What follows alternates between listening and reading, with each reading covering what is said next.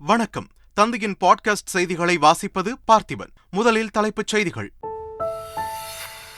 அண்ணா பிறந்த நாளான இன்று கலைஞர் மகளிர் உரிமை தொகை திட்டம் தொடக்கம். காஞ்சிபுரத்தில் நடைபெறும் விழாவில் தொடங்கி வைக்கிறார் முதலமைச்சர் மு.க.ஸ்டாலின். 1,06,00,000 பெண்களுக்கு இன்று வங்கிக் கணக்கில் ரூபாய் 1000 வரவு வைக்கப்படுகிறது. தமிழக அரசு முத்திரை, பயனாளிகள் பெயர் உள்ளிட்ட விவரங்களுடன் பிரத்யேக ஏடிஎம் கார்டும் வழங்கப்பட உள்ளது. டெல்லியில் உள்துறை அமைச்சர் அமித்ஷாவுடன் அதிமுக பொதுச் செயலாளர் எடப்பாடி பழனிசாமி சந்திப்பு. மக்களவைத் தேர்தல், கூட்டணி தொகுதி பங்கீடு உள்ளிட்டவை குறித்து இருவரும் விவாதித்ததாக தகவல். பிரதமர் மோடி மீது ஊழல் குற்றச்சாட்டு தெரிவித்தவர்களுக்கு அரசியல் எதிர்காலமே இல்லை. தமிழக பாஜக தலைவர் அண்ணாமலை நடைப்பயணத்தின் போது பேச்சு. புதுச்சேரியில் டெங்கு காய்ச்சல் பரவலை தடுக்க சுகாதாரத்துறை அதிகாரிகளுடன் முதலமைச்சர் ரங்கசாமி ஆலோசனை. அரசு தலைமை மருத்துவமனையில் துணைநிலை ஆளுநர் தமிழிசை சவுந்தரராஜன் நேரில் ஆய்வு. விசாரணைக்கு தாம் நேரில் ஆஜராவதாக நாம் தமிழர் கட்சி தலைமை ஒருங்கிணைப்பாளர் சீமான் அறிவிப்பு. சீமானுக்கு நிபந்தனை விதித்து வீரலட்சுமியும், வீரலட்சுமிக்கு எதிராக விஜயலட்சுமியும் வீடியோ வெளியிட்டதால் பரபரப்பு. இலங்கை கடற்படையால் கைது செய்யப்பட்ட தமிழக மீனவர்கள் 15 பேருக்கு வரும் 27ஆம் தேதி வரை காவல். யாழ்ப்பாணம் சிறையில் அடைக்க ஊர்காவல்துறை நீதிமன்றம் உத்தரவு. திருப்பதியில் போக்குவரத்து வசதிக்காக இன்று முதல் மின்சார டபுள் டெக்கர் பேருந்து இயக்கம். பேருந்துக்கு கோவிலில் சிறப்பு பூஜை, 5 கிலோமீட்டர் சுற்றளவில் இயக்க முடிவு. கரீபியன் கடலில் அதிவேக படகில் கடத்தப்பட்ட 3 டன் கொக்கைன் போதைப் பொருள் பறிமுதல். படகில் இருந்த 4 பேரை கைது செய்து கொலம்பியா கடற்படையினர் தீவிர விசாரணை. ஆசிய கோப்பை கிரிக்கெட் தொடரின் சூப்பர் 4 சுற்று போட்டி மழையால் பாதிப்பு. டக்வர்த் லூயிஸ் முறைப்படி பாகிஸ்தானை வீழ்த்தி இலங்கை அணி இறுதிப் போட்டிக்கு தகுதி. இனி விரிவான செய்திகள். பேரறிஞர் அண்ணா பிறந்த நாளான இன்று கலைஞர் மகளிர் உரிமை தொகை திட்டத்தை முதலமைச்சர் மு.க.ஸ்டாலின் காஞ்சிபுரத்தில் தொடங்கி வைக்கிறார். இத்திட்டத்தின் கீழ் 1,06,50,000 பெண்கள் பயனடைய உள்ளனர். பயனாளிகளுக்கு இன்று வங்கிக் கணக்கில் 1000 ரூபாய் வரவு வைக்கப்படுகிறது. இதையொட்டி பிரத்யேக ஏடிஎம் கார்டு வழங்கப்பட உள்ளது. அதில் அரசு முத்திரை, திட்டத்தின் பெயர், வங்கி பெயர், பயனாளிகள் பெயர், செல்லுபடியாகும் தேதி, ஆண்டு ஆகிய விவரங்கள் குறிப்பிடப்பட்டுள்ளன. முதலமைச்சர் மு.க.ஸ்டாலின் வருகையை ஒட்டி காஞ்சிபுரத்தில் பள்ளிகள் தொடங்கும் நேரம் மாற்றப்பட்டுள்ளது. கலைஞர் மகளிர் உரிமை தொகை வழங்கும் திட்டத்தை தொடங்கி வைப்பதற்காக முதலமைச்சர் மு.க.ஸ்டாலின் இன்று காஞ்சிபுரம் வருகிறார். இதனால் காஞ்சிபுரம் பகுதியில் செயல்படும் பள்ளிகள் காலை 8:30 மணிக்கு செயல்பட தொடங்கும் என்று பள்ளி நிர்வாகங்கள் அறிவித்துள்ளன. கலைஞர் மகளிர் உரிமை தொகை திட்டம் சென்னையில் இன்று 3 இடங்களில் தொடங்கி வைக்கப்பட உள்ளது. சென்னை ராயப்பேட்டை YMCA மைதானத்தில் அமைச்சர் உதயநிதி ஸ்டாலினும், கொளத்தூரில் அமைச்சர் சேகர் பாபுவும், சைதாப்பேட்டையில் அமைச்சர் மா. சுப்பிரமணியனும் கலைஞர் மகளிர் உரிமை தொகை திட்டத்தை இன்று தொடங்கி வைக்க உள்ளதாக தகவல் வெளியாகியுள்ளது. தமிழகத்தில் இன்று கலைஞர் மகளிர் உரிமை தொகை 1 கோடி குடும்பத் தலைவிகளின் கணக்கில் வரவு வைக்கப்பட உள்ள நிலையில், முன்கூட்டியே ஒரு சிலரின் கணக்கில் நேற்று 1000 ரூபாய் வரவு வைக்கப்பட்டதால் மகிழ்ச்சியடைந்த பெண்கள் முதலமைச்சர் மு.க.ஸ்டாலினுக்கு நன்றி தெரிவித்துக் கொண்டனர். டெல்லி சென்றுள்ள அதிமுக பொதுச் செயலாளர் எடப்பாடி பழனிசாமி மத்திய உள்துறை அமைச்சர் அமித்ஷாவை சந்தித்து பேசினார். 1/2 மணி நேரம் நீடித்த இந்த சந்திப்பின் போது மக்களவைத் தேர்தலுக்கான வியூகங்கள் குறித்து இருவரும் ஆலோசித்ததாகவும், பாஜக கூட்டணியை மேலும் வலுப்படுத்துவது குறித்து விவாதித்ததாகவும் கூறப்படுகிறது. வரும் டிசம்பர் மாதத்திற்குள் கூட்டணி, தொகுதி பங்கீடு, தொகுதிகளின் எண்ணிக்கை, வேட்பாளர் பட்டியல் போன்றவற்றை இறுதி செய்ய வேண்டியதன் அவசியம் குறித்தும் இருவரும் விவாதித்ததாக தகவல் வெளியாகியுள்ளது. வால்பாறை அருகே சிங்கோனாக்குடி மலைவாழ் கிராமத்தில் மக்களை தேடி மருத்துவ முகாமை மக்கள் நல்வாழ்வுத்துறை அமைச்சர் மா. சுப்பிரமணியன் தொடங்கி வைத்தார். தொடர்ந்து போதைப்பொருள் பயன்பாட்டால் ஏற்படும் பாதிப்புகள் குறித்தும், மகப்பேறுவிற்கு பிந்தைய மன உளைச்சலை நீக்குவதற்கான வழிகள் குறித்தும் பயிற்சிகள் அளிப்பதற்காக மருத்துவர்கள் மற்றும் செவிலியர்களுக்கு கையேடுகளை வழங்கினார். பின்னர் வால்பாறை அரசு மருத்துவமனையில் ஆய்வு மேற்கொண்ட அவர் சிகிச்சை குறித்து நோயாளிகளிடம் கேட்டறிந்தார். புதுச்சேரியில் டெங்கு காய்ச்சலால் 2 பேர் உயிரிழந்த நிலையில் அரசு தலைமை மருத்துவமனையில் துணைநிலை ஆளுநர் தமிழிசை சவுந்தரராஜன் ஆய்வு மேற்கொண்டார். சிகிச்சை குறித்து நோயாளிகளிடமும் மருத்துவர்களிடமும் கேட்டறிந்தார். பின்னர் செய்தியாளர்களிடம் பேசிய தமிழிசை சவுந்தரராஜன், டெங்கு நோய் சிகிச்சைக்கு தேவையான அனைத்து வசதிகளும் தயார் நிலையில் உள்ளதாகவும், மக்கள் அச்சப்பட தேவையில்லை என்றும் கூறினார். இதனிடையே கேரளாவில் நிபா வைரஸ் பரவல் அதிகரிப்பு காரணமாக புதுச்சேரி மாநிலத்தின் மாஹேவில் கல்வி நிறுவனங்களுக்கு 2 நாட்கள் விடுமுறை அறிவிக்கப்பட்டுள்ளது. புதுச்சேரியில் டெங்கு காய்ச்சல் பரவலை தடுப்பது குறித்து சுகாதாரத்துறை அதிகாரிகளுடன் முதலமைச்சர் ரங்கசாமி ஆலோசனை நடத்தினார். அப்போது பரிசோதனை முகாம்களை நடத்த வேண்டும் என அதிகாரிகளுக்கு உத்தரவிட்டார். பொதுமக்களிடம் அதிக அளவில் விழிப்புணர்வு ஏற்படுத்த வேண்டும் என்றும் கொசு மருந்து அடிக்க வேண்டும் என்றும் அதிகாரிகளுக்கு அவர் அறிவுறுத்தினார். இந்த ஆலோசனையின் போது சுகாதாரத்துறை செயலர் முத்தம்மா, சுகாதாரத்துறை இயக்குநர் ஸ்ரீராமுலு, சபாநாயகர் செல்வம், அமைச்சர் ஜெயக்குமார், மாவட்ட ஆட்சியர் வல்லவன் உடனிருந்தனர். செங்கல்பட்டு மாவட்டம் அனகாபுத்தூரில் தேமுதிக நிறுவன தலைவர் விஜயகாந்த் பிறந்தநாள் நலத்திட்ட உதவிகள் வழங்கும் நிகழ்ச்சி நடைபெற்றது. இதில் விஜயகாந்தின் மகன் விஜயபிரபாகரன் கலந்து கொண்டு நலத்திட்ட உதவிகளை வழங்கினார். அப்போது விஜயகாந்த் தொண்டர்களின் சொத்து என்பதால் அவரை கண்ணை இமை காப்பது போல காத்து வருகிறோம் என்று கூறினார். இதனிடையே மதுரையில் செய்தியாளர்களிடம் பேசிய தேமுதிக பொருளாளர் பிரேமலதா விஜயகாந்த் மகளிருக்கு 1000 ரூபாய் உரிமைத் தொகை வழங்கும் திட்டம் குறித்து கருத்து தெரிவித்தார். கலைஞர் மகளிர் உரிமைத் தொகை திட்டத்தை உழைக்கும் மகளிருக்கான அங்கீகாரம் என்று நாடாளுமன்ற உறுப்பினர் கனிமொழி பெருமிதம் தெரிவித்துள்ளார். முதலமைச்சர் மு.க.ஸ்டாலின் பதவியேற்றது முதல் பெண்களுக்கான சிறப்பான திட்டங்களை செயல்படுத்தி வருவதாக சென்னை மாநகர மேயர் பிரியா தெரிவித்துள்ளார். பிரதமர் மோடி மீது ஊழல் குற்றச்சாட்டு தெரிவித்தவர்களுக்கு அரசியல் எதிர்காலமே இல்லை என்று பாஜக மாநில தலைவர் அண்ணாமலை தெரிவித்துள்ளார்.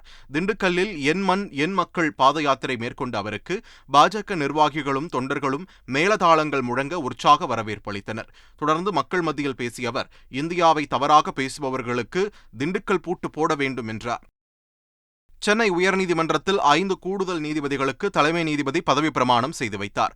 சென்னை உயர்நீதிமன்றத்தின் கூடுதல் நீதிபதிகளான ஏ நக்கீரன், என் மாலா, எஸ் சவுந்தர், சுந்தர் மோகன், கே குமரேஷ் பாபு ஆகியோரை நிரந்தர நீதிபதிகளாக நியமித்து குடியரசுத் தலைவர் உத்தரவு பிறப்பித்தார். இதையடுத்து 5 பேருக்கும் உயர்நீதிமன்ற வளாகத்தில் நடைபெற்ற நிகழ்ச்சியில் தலைமை நீதிபதி சஞ்சய் கங்கா பூர்வாலா நிரந்தர நீதிபதிகளாக பதவி பிரமாணம் செய்து வைத்தார். போலீசார் விசாரணைக்கு நேரில் ஆஜராவதாக நாம் தமிழர் கட்சியின் தலைமை ஒருங்கிணைப்பாளர் சீமான் தெரிவித்துள்ளார். அப்போது நடிகை விஜயலட்சுமியும் வீரலட்சுமியும் அங்கு நேரில் இருக்க வேண்டும் என்றும் சீமான் தெரிவித்துள்ளார். இதனிடையே சீமானுக்கு நிபந்தனை விதித்து வீரலட்சுமிக்கு எதிராக விஜயலட்சுமியும் வீடியோ வெளியிட்டுள்ளனர். சின்னத்திரை நடிகை மகாலட்சுமியின் கணவரும் தயாரிப்பாளருமான ரவீந்தர் சந்திரசேகரின் ஜாமீன் மனுவை எழும்பூர் நீதிமன்றம் தள்ளுபடி செய்துள்ளது. 16 கோடி ரூபாய் முதலீடு செய்ய வைத்து பணத்தை திருப்பித் தராமல் மோசடி செய்ததாக கைது செய்யப்பட்ட ரவீந்தர் சந்திரசேகர் சிறையில் தனக்கு ஏ கிளாஸ் வகுப்பு வேண்டும் என்றும் ஜாமீன் வழங்க கோரியும் எழும்பூர் நீதிமன்றத்தில் தனித்தனியே மனு தாக்கல் செய்தார். 2 மனுக்களையும் நீதிபதி தள்ளுபடி செய்து உத்தரவிட்டார். இலங்கை கடற்படையால் கைது செய்யப்பட்ட தமிழக மீனவர்கள் 15 பேருக்கு வருகிற 27ஆம் தேதி வரை சிறை காவலும் 2 சிறுவர்களை சிறுவர் இல்லத்தில் ஒப்படைக்கவும் இலங்கை நீதிமன்றம் உத்தரவிட்டுள்ளது. நேற்று முன்தினம் இலங்கை நெடுந்தீவு கடல் எல்லை பகுதியில் மீன்பிடித்துக் கொண்டிருந்த தமிழக மீனவர்கள் 17 பேரை எல்லை தாண்டி மீன்பிடித்ததாக கூறி இலங்கை கடற்படை கைது செய்தது. இதையடுத்து அங்குள்ள ஊர்காவல்துறை நீதிமன்றத்தில் ஆஜர்படுத்தப்பட்ட அவர்களில் 15 பேரை வருகிற 27ஆம் தேதி யாழ்ப்பாணம் சிறையில் அடைக்க நீதிபதி உத்தரவு பிறப்பித்துள்ளார். மேலும் 2 சிறுவர்களை அச்சுவேலி சிறுவர் இல்லத்தில் ஒப்படைக்கவும் நீதிபதி உத்தரவிட்டுள்ளார். கொடநாடு கொலை மற்றும் கொள்ளை வழக்கில் சிபிசிஐடி விசாரணைக்கு பின் பாரம் குறைந்தது போல் உள்ளதாக உயிரிழந்த கனகராஜின் சகோதரர் தனபால் தெரிவித்துள்ளார். கோவை காந்திபுரம் பகுதியில் உள்ள சிபிசிஐடி அலுவலகத்தில் ஆஜராகிய தனபாலிடம் சிபிசிஐடி போலீசார் 8 மணி நேரம் விசாரணை நடத்தினர். பின்னர் செய்தியாளர்களை சந்தித்த அவர், விசாரணையில் கொலை மற்றும் கொள்ளை வழக்குகளில் சம்பந்தப்பட்ட 50 பேரின் பெயர்களை அளித்துள்ளதாகவும் கூறினார். முன்னாள் முதலமைச்சர் ஜெயலலிதாவின் மகள் என்று தன்னை அறிமுகப்படுத்திக் கொண்ட ஜெயலட்சுமி என்பவர் அம்மாவின் ஆசைகளை நிறைவேற்ற கட்சி தொடங்க இருப்பதாக தெரிவித்துள்ளார். கொடைக்கானலில் செய்தியாளர்களை சந்தித்த அவர் இதனை தெரிவித்தார். சென்னையை அடுத்த திருவேற்காட்டில் குற்ற வழக்குகளில் ஜாமீன் பெற்று நீதிமன்றத்தில் ஆஜராகாமல் தொடர் குற்றங்களில் ஈடுபட்ட ரவுடிகளை தேடி வீடு வீடாக சென்று போலீசார் சோதனையிட்டனர். ஆவடி காவல் எல்லைக்குட்பட்ட பகுதிகளில் குற்றச்சம்பவங்களில் ஈடுபட்ட ரவுடிகள் ஜாமீன் பெற்று சிறையிலிருந்து வெளிவந்த பின்னர் நீதிமன்றத்தில் மீண்டும் ஆஜராகாமல் தொடர் குற்றங்களில் ஈடுபட்டுள்ளனர். இதனையடுத்து நீதிமன்றத்தில் ஆஜராகாத ரவுடிகளை கைது செய்ய ஆவடி கமிஷனர் உத்தரவிட்ட நிலையில் திருவேற்காடு பகுதியில் ரவுடிகளின் பட்டியலை கொண்டு போலீசார் வீடு வீடாக சோதனையிட்டனர். தற்போது தொடர் குற்றத்தில் ஈடுபட்ட நந்தா என்பவரை போலீசார் கைது செய்தனர். கோவையில் தனியார் பேருந்தில் பஸ் டே கொண்டாடப்பட்டதால் பொதுமக்கள் அவதியடைந்தனர். பஸ் டே கொண்டாட்டத்திற்கு சென்னை உயர்நீதிமன்றம் தடை விதித்துள்ள நிலையில் தடையை மீறி கோவையைச் சேர்ந்த தனியார் கல்லூரி மாணவர்கள் பஸ் டே கொண்டாடினர். அவிநாசி சாலையில் தனியார் பேருந்தை நிறுத்தி பயணிகளுக்கு இடையூறு விளைவிக்கும் வகையில் தாரை தப்பட்டைகள் முழங்க ஆட்டம் போட்ட மாணவர்கள் பட்டாசுகள் வெடித்து குழு புகைப்படம் எடுத்துக் கொண்டனர். இவை சமூக வலைதளங்களில் பரவி வருகிறது. திருப்பூர் மாநகராட்சி பகுதியில் குடிநீர் குழாய் பதிக்க பள்ளம் தோண்டும் பணிகள் நடைபெற்று வருகின்றன. அப்போது பழங்காலத்து முதுமக்கள் தாழி இருப்பது தெரியவர பணி நிறுத்தப்பட்டு முதுமக்கள் தாழியை பத்திரமாக எடுக்கும் பணி மேற்கொள்ளப்பட்டது.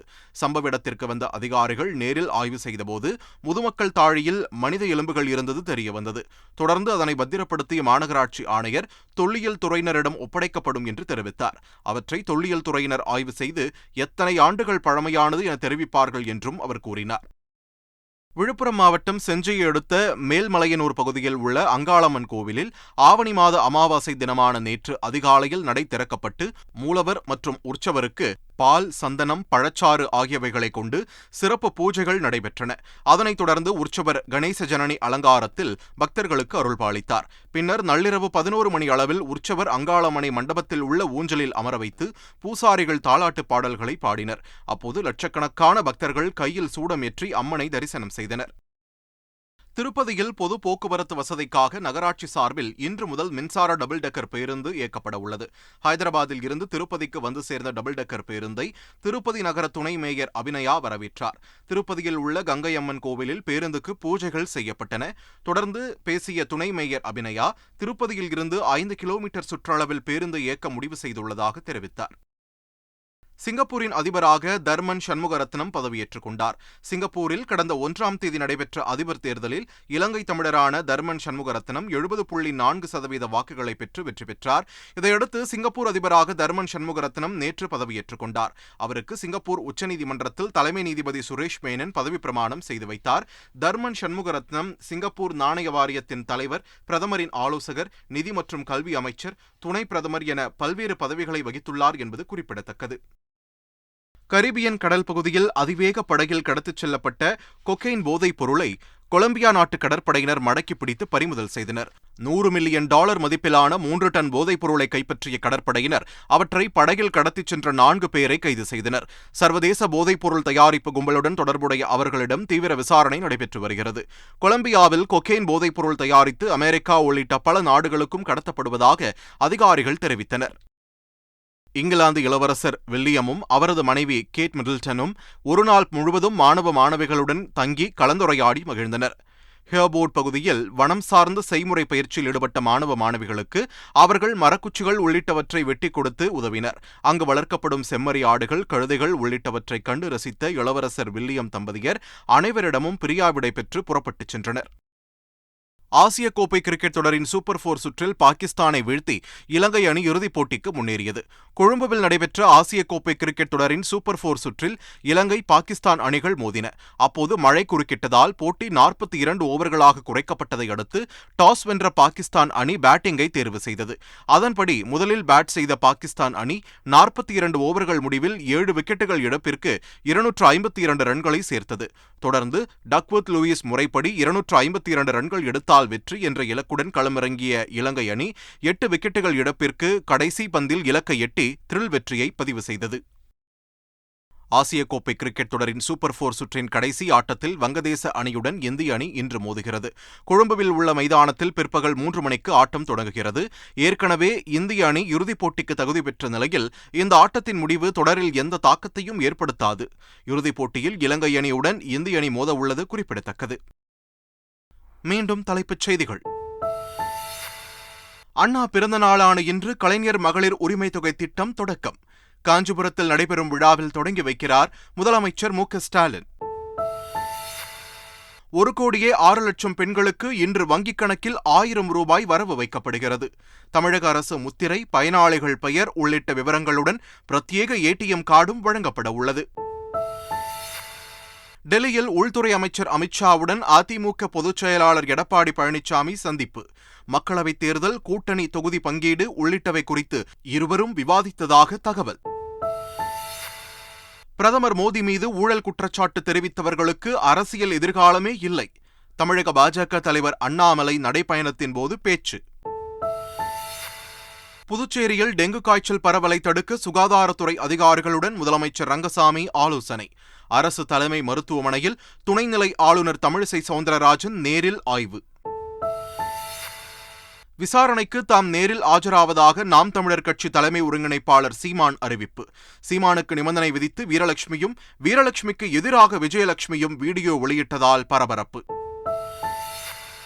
இலங்கை கடற்படையால் கைது செய்யப்பட்ட தமிழக மீனவர்கள் 15 பேருக்கு வரும் 27ஆம் தேதி வரை காவல். யாழ்ப்பாணம் சிறையில் அடைக்க ஊர்காவல்துறை நீதிமன்றம் உத்தரவு. திருப்பதியில் போக்குவரத்து வசதிக்காக இன்று முதல் மின்சார டபுள் டெக்கர் பேருந்து இயக்கம். பேருந்துக்கு கோவிலில் சிறப்பு பூஜை, 5 கிலோமீட்டர் சுற்றளவில் இயக்க முடிவு.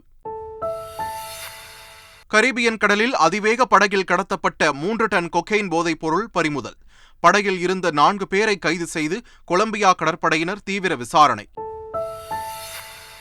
ஆசிய கோப்பை கிரிக்கெட் தொடரின் சூப்பர் 4 சுற்று போட்டி மழையால் பாதிப்பு. டக்வர்த் லூயிஸ் முறைப்படி பாகிஸ்தானை வீழ்த்தி இலங்கை அணி இறுதிப் போட்டிக்கு தகுதி.